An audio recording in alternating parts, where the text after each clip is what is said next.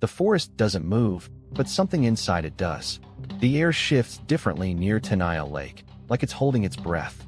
Rocks stack themselves where no hand should reach. Silence lingers longer than it should, flattening sound like snow.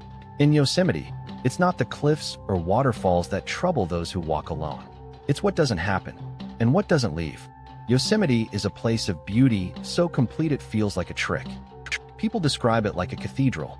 Stone walls rising 1,000 feet high, waterfalls that roar like thunder, pine groves where the light falls in golden blades.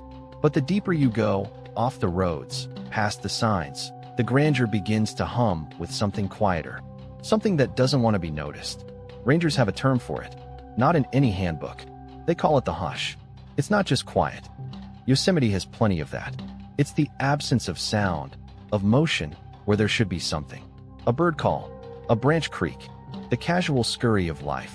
Instead, you'll find yourself walking a section of trail and realizing, only after the fact, that you haven't heard a thing for 20 minutes. Not your boots, not your breath, not even the wind. One ranger said it like this: "It's like the park just steps aside for a minute, and you're walking through a version of it that isn't meant for you." This chapter doesn't begin with a missing person. It begins with an accumulation. Over the years, small patterns begin to emerge in the ranger logs. Not the kind that jump out. The kind that needs time. Patience. Looking at a decade all at once. It starts with the cairns. Rock piles, usually trail markers, appear in places with no trails. Sometimes in perfect spirals, sometimes 7 stacked stones tall. Always balanced. Always recent. No moss, no weathering. Sometimes they're found just off trailheads, as if someone placed them while watching. Other times, deep in the backcountry, miles from any marked path. One hiker followed a line of them until they stopped cold, at a drop-off overlooking a ravine with no safe return. Rangers chalk them up to pranksters. Backpackers. Art. But then hikers begin to whisper. A woman camping near Vogelsang Lake hears footsteps at night, crunching pine needles. But when she unzips her tent, there's nothing. No prints. No sound. Just the hush. A man reports walking the same half-mile loop 3 times before realizing the trees looked exactly the same, branch for branch. His GPS shows he's moved forward, but everything in his gut says he hasn't. A family finds their dog barking at a rock wall near the edge of Cathedral Pass. Not growling, barking, steady and loud, at a sheer granite face. The dog refuses to move for almost an hour. All of it gets written down, but not in the same report, not under the same name, not in a way anyone connects, at first, until the silence itself becomes part of the story. An audio technician camping for a nature documentary sets up overnight microphones near Merced Lake. They're designed to pick up wildlife calls, bats, owls, insects. He retrieves the files the next morning and plays them back. One of the hours registers as pure static. Not silence, static. As if something interfered. The timestamp? 3:07 a.m. That's when he remembers waking suddenly in his tent, feeling like someone had touched his shoulder. But no one else was there. These accounts don't make it into tourism brochures. They're not scandals, not crimes, not emergencies. Just small things. Dismissible. But they accumulate. Like snow that doesn't melt where it should. Like a trail that keeps getting longer the more you walk it. And always, the hush. There's a stretch between Tenaya Lake and Sunrise Trailhead where even veteran rangers hesitate to linger after sundown. Not because of wildlife. Not because of terrain. But because there's something unnatural in how still the trees become. One ranger, 14 years on the job, said she once whispered to herself just to hear something. Her voice didn't echo. It didn't even carry. It just disappeared. Later that same week, she found a stack of 7 stones sitting on the middle of the trail. She'd walked that path 2 hours earlier. There'd been nothing there. She didn't report it officially, but in a handwritten journal, she wrote one line. The mountain is awake, but it pretends to sleep. Others feel it too. Hikers who return talk about strange dreams. Of walking endlessly with no sun. Of someone walking beside them, but just out of sight. Of whispers that mimic their own thoughts. And always, waking with the same line stuck in their mind. Go alone. Go alone. It's a warning, they think. Or an invitation. By 2005, the park has logged more than 25 minor incidents in that region. Minor meaning, No injuries. No crime. No conclusive event. Just strange behavior. Disorientation. Unexpected loops. Forgotten time. No one makes the connection public. But inside a locked ranger office, someone draws a map. Pins it with red threads. Notes the cairns, the static, the loop trails, the disappearances. Because there have been disappearances. And one of them, one that was supposed to be just another lost hiker, never fit. A solo trekker. September 2008. Name, Jordan Calley. 28 years old. Ample experience. A good plan. A known route. He walked into Yosemite carrying 2 cameras and a week's supply of food. He never came back. But his name didn't fade. Because the forest didn't forget him. And neither did the hush. Jordan Calley didn't look like someone planning to vanish. He was precise, thoughtful, and well-researched. A photographer and part-time environmental science teacher from Fresno, Jordan had hiked solo before, but always left behind maps, voice messages, and detailed check-ins. He wasn't reckless. His close friend described him as the kind of guy who reads 3 weather reports before packing a jacket. His plan was simple, a 5-day loop through Yosemite's eastern backcountry, starting from the Tenaya Lake area and looping south toward the Sunrise High Sierra camp. Mid-September meant cooler nights, fewer crowds, and he hoped, clear skies for long exposure shots of the stars over granite peaks. He arrived on September 12, 2008, checked in at the ranger station, signed the backcountry permit sheet, smiled in the ID photo they took for records. That's the last known image of him smiling. One ranger remembers the conversation. Jordan had asked thoughtful questions about water levels, bear activity, and how recent the trail maintenance had been. But he also paused oddly at the trailhead, looking out toward the trees for a long moment before speaking. Has anyone ever reported weird things out this way? The ranger laughed, asked him what he meant. Jordan just shrugged and said, I read something online. Probably nothing. He left around 7:20 a.m. 2 hours later, a day hiker coming in from the other direction crossed paths with him near the tree line above Sunrise Lakes. They exchanged pleasantries. The hiker later described Jordan as alert, friendly, but said something strange happened when they parted. Jordan had stopped walking and turned toward the trees, eyes fixed. He didn't move, the hiker said, like he was waiting for something. After a long pause, Jordan muttered, I thought I heard someone say my name. There was no one else nearby. Jordan continued walking. The hiker didn't think much of it, until 3 days later, when search efforts began. His first night was uneventful. He set up camp near Cathedral Creek, filtered water, and took photos of the treeline at dusk. He journaled too, small notepad, found later in his tent, zipped and dry. The first few entries are normal. Creek low but clear. No issues. Stars clear overhead. Going to try long exposures tonight. Boots holding up. Mosquitoes are done for the year. Can hear wind up higher, but it never hits camp. But on the 3rd page, a change creeps in. Last night, heard something. Not an animal. Not wind. Patterned. Repeating. He didn't elaborate, but he underlined the word pattern twice. That night, temperatures dropped into the 30s. No firewood in that elevation. Too exposed. He slept in his down bag with his camera case beside him. In the morning, he packed up and hiked southeast. That was the last confirmed moment of him being seen or heard by anyone. Search and rescue didn't start until 4 days later. Standard protocol for a solo hiker with a week-long plan. But when he missed his checkout date, concern quickly escalated. Helicopters scanned ridgelines. Dogs were brought in. Nothing. Until they found his tent. It was pitched in a flat clearing off the main trail. Neatly arranged, gear untouched. Food still sealed. Water half full. Journal on top of the sleeping bag. There was no sign of struggle. No animal prints. No blood. Just stillness. As if someone had unzipped the tent, stepped outside, and never touched the ground again. That's when they found the last journal entry. Still hearing it. Can't be wind. 7 times last night. Same exact interval. 7 knocks. Evenly spaced. Like a signal.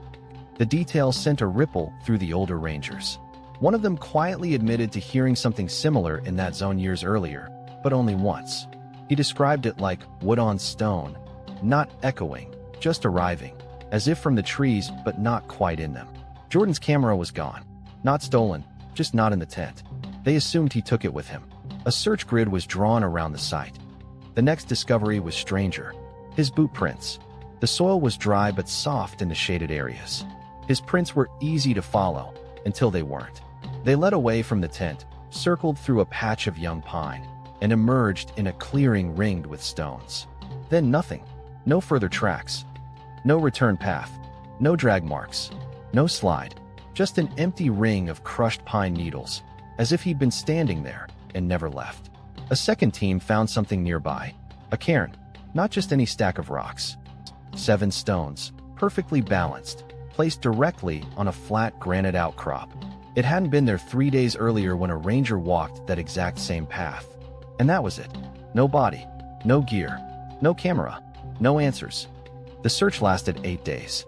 Planes, trackers, volunteers, nothing. Jordan Calley was declared missing, presumed dead. Case file, closed due to environmental exposure. Probable cause, accidental fall or getting lost off trail. But some of the rangers never believed that. He didn't get lost, one of them said years later. He got turned around. That's different. Another added quietly. Sometimes the trail lets you in, doesn't always let you back. But Jordan's case wasn't the only one. He was just the first to vanish after the cairns started stacking themselves. The silence had begun to count, and it didn't stop at 1. The search for Jordan Calley had already stretched into its 6th day when something strange happened, something that didn't fit into the neat margins of a missing persons report. 2 rangers were combing a patch of terrain just east of where Jordan's tent had been found. It was steep, littered with slick granite and fallen branches, but not impassable. They'd expected nothing, just one more square in the endless grid of the backcountry. But instead, they found his boot prints. Clear, recent, the same tread, still moving south. Only, the trail they found them on wasn't on any map. Not even the older, yellowing ones from the 70s. It was a footpath, narrow and overgrown, but undeniably worn, as though something, or someone, had been using it. One of the rangers, a former tracker from Montana, estimated the trail had been walked within the past 48 hours. The pine needles were freshly scattered. Some of the moss had been compressed. The air smelled faintly like flint and lichen, as if a storm had passed without rain. They followed the path for about a mile before it curved unexpectedly and led them back to where they had started. They had circled, but not in a perfect loop, more like a tightening spiral. And at the center of that spiral was a rock clearing ringed by low, moss-covered stones. The ranger marked it with orange tape. They moved on. The next day, when another team returned to the same location, the clearing was there, but the tape was gone. No wind had blown hard enough to move it. No animals had taken it. It had simply vanished. The story was dismissed in the official report. Not relevant to the case. Not helpful. The trail was labeled unofficial game path. The boot prints were inconclusive, but the rangers who found them didn't forget. One of them wrote a note in the margins of his field notebook. Path repeated itself. Same tree, same fallen log, 3 times. Compass off by 12 degrees. Map useless. Feels like we're being funneled. That's not the kind of thing you write unless something has unsettled you. And it wasn't the last time it happened. A year later, in October 2009, another hiker, a college student from Sacramento named Mia Delgado, reported something eerily similar. She wasn't lost. She was following a GPS route to a viewpoint above Echo Creek. Midway through her hike, she started noticing the landscape repeating itself. A sloping granite face. A cluster of red fir trees. A pile of old logs. She passed them once. Then again. Then a third time. I thought I was just tired, she later said in a podcast interview. But then I realized the sun hadn't moved much. It felt stuck. She turned around, retraced her steps, and ended up exactly where she had started. No elevation change. No GPS error. Just an invisible loop. She kept walking until she broke down crying in a dry creek bed. Then suddenly, without transition, she was back on the main trail, like the land had let go of her. She never hiked solo again. That same week, a ranger stationed at Sunrise High Sierra Camp noted something in the overnight log. 7 short taps on the cabin wall, evenly spaced, just after 2 a.m. No footsteps. No wind. No animals nearby. He described it as like someone knocking politely, but from under the wall. 7. The number kept showing up. In missing reports. In trail counts. In journal entries. 7 stacked stones. 7 hours of missing time. 7 taps. In folklore, numbers matter. Repetition isn't random, it's ritual. Patterns are the language of things older than maps. Another ranger, a seasonal hire with a side interest in anthropology, connected the cairns to a forgotten footpath once documented in 1935 by a cartographer named Russell Fane. He had charted a route through this same sector of Yosemite and given it a temporary name, Whisper Spur. The trail vanished from all maps by 1952. No one knows why. The archives at the park headquarters still have Fane's original sketches. One of them includes a handwritten margin note. Path echoes itself. Distance inconsistent. Feels longer coming out than going in. That phrase echoed something else. The words from Jordan Calley's final journal entry. 7 times last night. Same exact interval. Something in that part of the park didn't move forward. It revolved, looped, doubled back, watched. The idea unsettled the few rangers who noticed the pattern, but none spoke about it openly. They couldn't.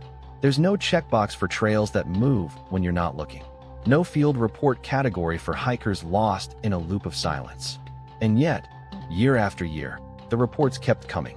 Slips of time, wrong distances, familiar paths that didn't lead anywhere familiar. Most people who entered those woods came out fine, but some came out confused. A few didn't come out at all, and some, like Jordan, walked in and vanished into the hush. But if Jordan's disappearance hinted at something wrong in the land, the next 6 vanishings proved it wasn't just coincidence. The pattern was real, and it was counting. At first, Jordan Calley's disappearance felt like a tragic one-off. Yosemite's wilderness has its dangers: steep falls, sudden weather, dehydration. People vanish. It happens. But then came the second case, and then a third, and then more. Over the next 7 years, 6 additional solo hikers disappeared within a 15-mile radius of where Jordan was last seen. All experienced, all cautious, all traveling alone. Each one vanished without a trace. No torn fabric, no gear left behind. No scent trail for dogs to follow. Only the silence. And the stones. The park quietly reviewed the records, going further back. Not to the 90s, not to the 80s, but all the way back to 1954. And what emerged from that search was a line. 7 names. 7 solo hikers. Each one vanished in the same seasonal window, mid-September to early October. Each one last seen in or around the same loosely defined stretch of backcountry, east of Tenaya Lake, toward Echo Peaks. An area sparsely trafficked, dense with scrub pine, granite shelves, and long shadows that come too early in the day. The park never issued a public advisory. There was no press conference, no formal acknowledgement of a pattern, but inside the ranger offices, it was given a nickname, the Seventh Silence. It wasn't official, just whispered, a phrase passed down by older hands to new hires assigned to the Sunrise sector. The name came from an unpublished internal document dated 1973, a hand-typed report marked Unresolved Field Anomalies. It detailed 7 earlier disappearances, all between 1954 and 1972. The document ended with one line, centered on the page: silence marks its count in 7s. Always in 7s. That report was never meant to be seen again, but it was never thrown away either. New rangers who found it in the file drawers treated it like a superstition, campfire talk. But others took it more seriously, because the symbols began to repeat. Each of the modern 7 had something unusual associated with their last known location. A cairn, a pattern, a note. A broken watch stopped at 7 o'clock. A tent flap left open, with a pile of 7 pine cones placed just outside. Coincidence, some said. Trail markers. Random detail. But it didn't feel random, especially not to the families. One mother of a missing hiker found a page in her son's sketchbook, a spiral of rocks, 7 lines curling inward like a maze.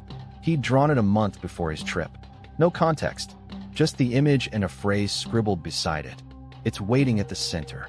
Another hiker, Alex Shun, left a voicemail before setting out. I'm gonna try for the Saddle Ridge near Echo today. If I'm lucky, I'll find that weird stone formation people keep talking about. The one with the 7s. Should be cool. Alex never came back. His phone was recovered near a dry stream bed, battery drained, no signs of damage. In the final photo taken, time-stamped the morning of his disappearance, He's standing beside a cairn. 7 stones. Balanced. Clean. No moss. The image was shared privately among rangers. One of them, older, long retired, refused to look at it. "I saw one of those in 1969, he said. "Didn't go near it then either. You don't touch those." The folklore runs deeper than the official maps. Among some of the local Miwok and Paiute oral traditions, there are references to counting stones and quiet places that take people. Not spirits, not monsters, just places. Land that remembers. One translation refers to the paths that breathe in and do not breathe out. A concept, not a creature. Places that consume, slowly. Patterns that mark those who stray alone. And it always comes back to 7. In Western superstition, 7 is lucky. Sacred. A number of cycles, 7 days, 7 stars, 7 directions. But in the forests of Yosemite, 7 seems to be a threshold. A count. A warning. It's unclear what happens when the count is reached. But the park's own timeline offers a possibility. 1954 to 1972, 7 vanishings. Then silence. A long quiet stretch, over 30 years. Then in 2008, Jordan Calley disappears. And the count begins again. 1, 2, 3, 4, 5, 6. Each fall. Each alone. Each swallowed by the land. The 7th? That never happened. Or maybe hasn't happened yet. Some rangers say the silence feels heavier now in that part of the park. As if it's waiting. One likened it to holding your breath without knowing why, until you hear something. A tap. A voice. A step. And then you realize you're not holding your breath anymore. Something else is. That's when one man decided to go in on purpose. Not to hike. Not to photograph. But to watch. And what he found didn't end the pattern. It deepened it. In the fall of 2012, a man named Bill Anders volunteered to return to the place most had quietly decided to avoid. He wasn't a thrill seeker. He wasn't chasing ghosts. He was a former search and rescue officer, now retired, with over 2 decades spent recovering the lost, the injured, and the unlucky from some of the most unforgiving terrains in California. He had no appetite for folklore. But patterns, that was something he believed in. And he had noticed a pattern in Yosemite that he couldn't ignore. 7 vanishings. All solo. All in the same narrow window of time. And always silence. Anders had helped search for one of them, the 4th hiker in the recent series. The details haunted him more than he admitted publicly. The dog team found no scent. The satellite pings never refreshed. The tent had been left with the zipper half open and a cold breakfast packet still sitting on a stone nearby. Something about it felt wrong. Not chaotic. Not wild. Just unfinished. So he proposed an idea. He would hike alone. Yes, but not far. Not deep. He would set up camp just inside the known zone. During the same week that previous disappearances had occurred, he would record audio and video, take temperature readings, monitor air pressure, and catalog anything unusual. The park never officially sanctioned the trip, but a few rangers quietly supported him. They made sure he had the best emergency beacon, gave him updated trail markers, and reminded him, more than once, not to follow anything. He left on September 17, 2012. Set up camp 3 miles past the Sunrise Trailhead, near a weathered rock shelf known by rangers as Split Tooth Ridge. Not on any tourist map. His logs from the first 2 days are uneventful. Dry wind. Coyotes audible around 2:15. No hikers passed today. Saw 2 deer. No cairns seen. No trails off main loop. Recording 8 hours tonight. Thermals normal. But on the 3rd night, something changed. At exactly 3:08 a.m., the audio recorder captured 7 sharp sounds. Not natural, not wind, not random. Evenly spaced. Crisp. Almost like stone tapping stone. The waveform showed peaks. Clean. Deliberate. Anders had been awake. He wrote the following in his journal. The air shifted around 3. It felt like the pressure dropped, but thermometer didn't reflect it. Heard 7 taps. Didn't echo. Sounded like it came from beside the tent. I didn't unzip. The next morning, he found something odd. His tent flap, zipped tightly the night before, was unzipped halfway. Nothing missing. No tracks. No signs of animals. Just the subtle rearrangement of presence. On the 4th night, he set out small motion-triggered cameras and infrared sensors. Around 2:50 a.m., the thermal camera caught something. A silhouette. Upright. human-shaped, stationary. For exactly 7 seconds, it appeared between 2 trees, no more than 30 feet from his camp. Then gone. He didn't hear it arrive, didn't hear it leave. Anders didn't stay a 5th night. He hiked out before dawn. When he reached the trailhead, he didn't speak to the rangers waiting. He just handed them the drive. When asked later why he left early, he said this: "Something was watching me that didn't want to be seen. And the longer I stayed, the more I felt like I was forgetting how to leave." Anders stopped hiking after that. He moved away from the area and refused to discuss the event in public. A close friend later recalled that Anders described a sensation, subtle but terrifying, that built over time in the woods, like the land was folding around me, like it was adjusting itself to hold something, and I was the wrong shape. Years later, another ranger reviewed the footage Anders had collected. He enhanced the thermal clip. The shape appeared to have no temperature at all. No heat signature. Just absence, like a blank hole punched into the image of the world. When he layered the time-stamped images with a map of the disappearances, a chilling realization emerged. The place where Anders pitched his tent sat directly in the center of the previous 7 vanishings. A perfect ring around him. 7 points. Anders had camped in the 8th. But unlike the others, he walked out. Still, something about him was different. The man who had spent 20 years pulling others out of the forest now wouldn't go near it. He kept his maps rolled up. He sold his GPS gear. He stopped answering questions about the silent sector, as he came to call it. The pattern hadn't claimed him, but it had marked him. What Anders brought back didn't close the mystery. Instead, it exposed something older, something not made of legend, but of landscape. Because as it turns out, Yosemite's trails weren't just disappearing. They were being rewritten. Long before GPS units chirped from hip belts and satellite maps lit up on touchscreens, Yosemite was charted by hand. Lines inked across topographic paper, measurements taken by compass, distance estimated by time and stride. The early cartographers of the 1930s and 40s left behind journals as precise as they were poetic. They spoke of ridge shadows, echo lines, ghost switchbacks. Their language was part science, part reverence. They knew the mountains changed, not in shape, but in attitude. Some trails resisted being recorded. One such route appeared in a 1935 topographic study by surveyor Russell Fane. He marked it faintly, naming it Whisper Spur. The path curved through granite folds just south of Echo Peaks, then vanished into a dense grove of mountain hemlock. The only note beside it read, "Distance inconsistent. Trail feels longer upon return." Fane hiked it twice. On the first day, it took him 90 minutes. On the second, same direction, same pace, it took over 3 hours. He was never able to explain why. Whisper Spur appeared on a few early maps, always lightly inked. By the 1950s, it was gone, scrubbed from records, omitted from updates. When later asked why, a park official simply said, "There's nothing down there worth marking." But some disagreed. In 2018, a backpacker named Marcus Elwell, a tech worker turned hobbyist explorer, stumbled across an old trail marker near the coordinates where Whisper Spur once was. It was just a flat stone with a rusted bolt drilled through its center, lying beside a split pine tree. No sign, no words, just a sense of deliberate placement. Intrigued, he followed a faint depression in the earth, flanked by clusters of oddly aligned stones. He kept expecting the trail to vanish, but instead, it became clearer the deeper in he walked. For nearly 4 hours, he descended a route that wasn't on his digital maps. His GPS showed a path, then blanked out. Signal gone. Twice, he passed the same gnarled tree with lightning scars. He was sure of it. Same split trunk, same moss, same crow feather jammed in a bark crevice. It didn't make sense. When he finally turned around, it took him less than an hour to return to his starting point.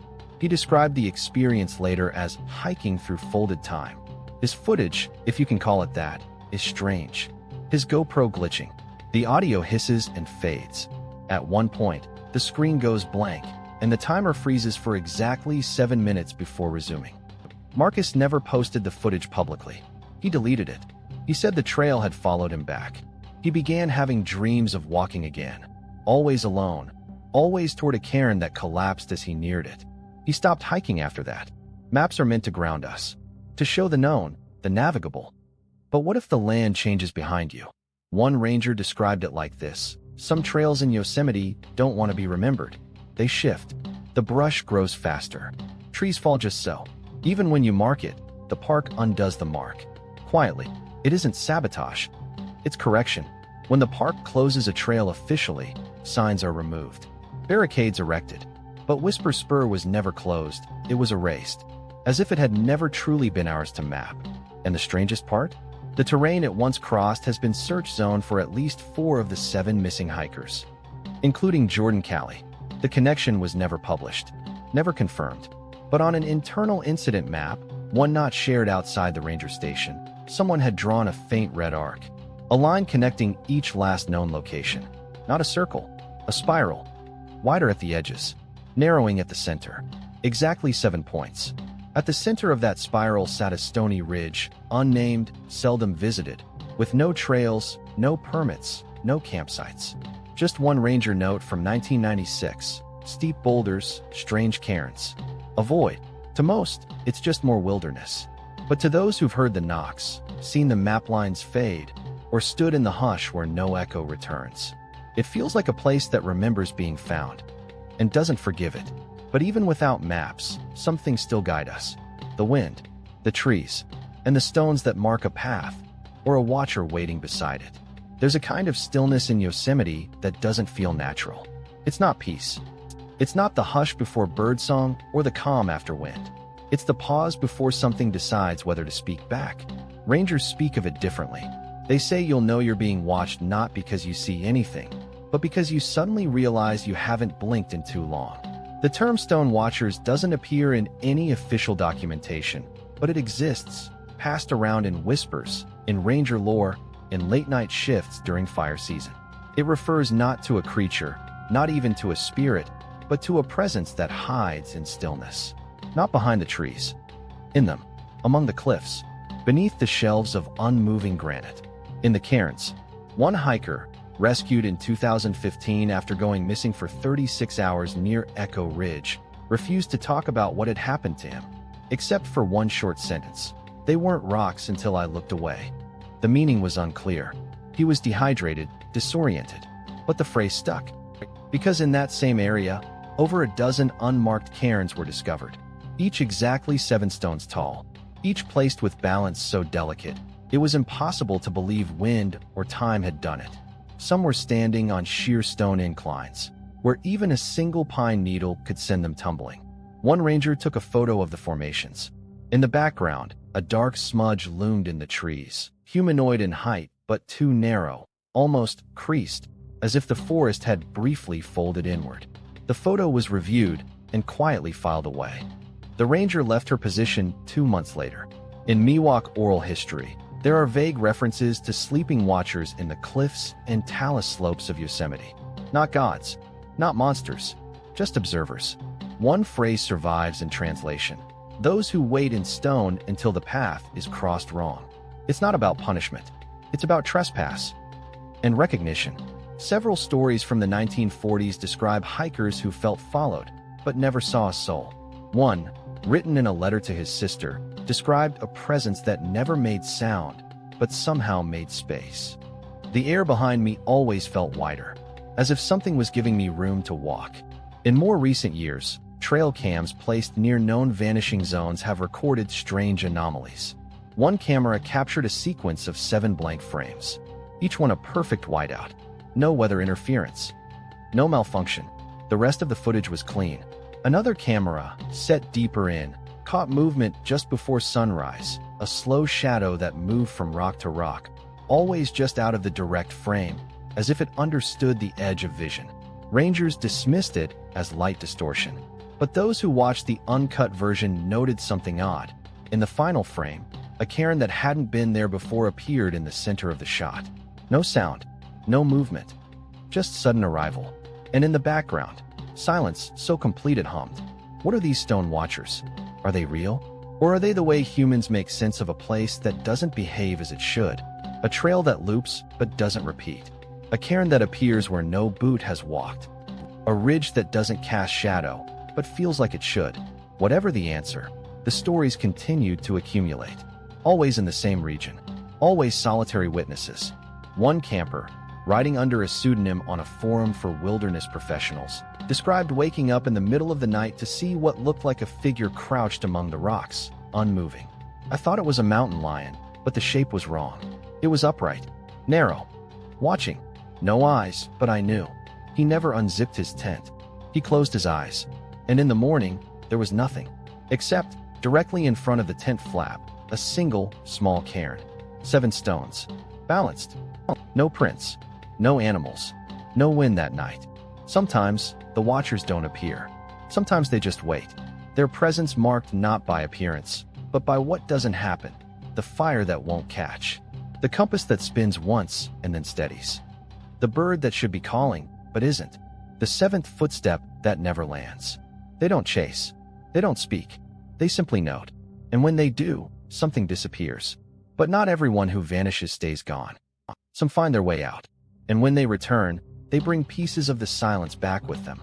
Most of the stories from Yosemite's silent zone end the same way, with disappearance. No final call. No trail of gear.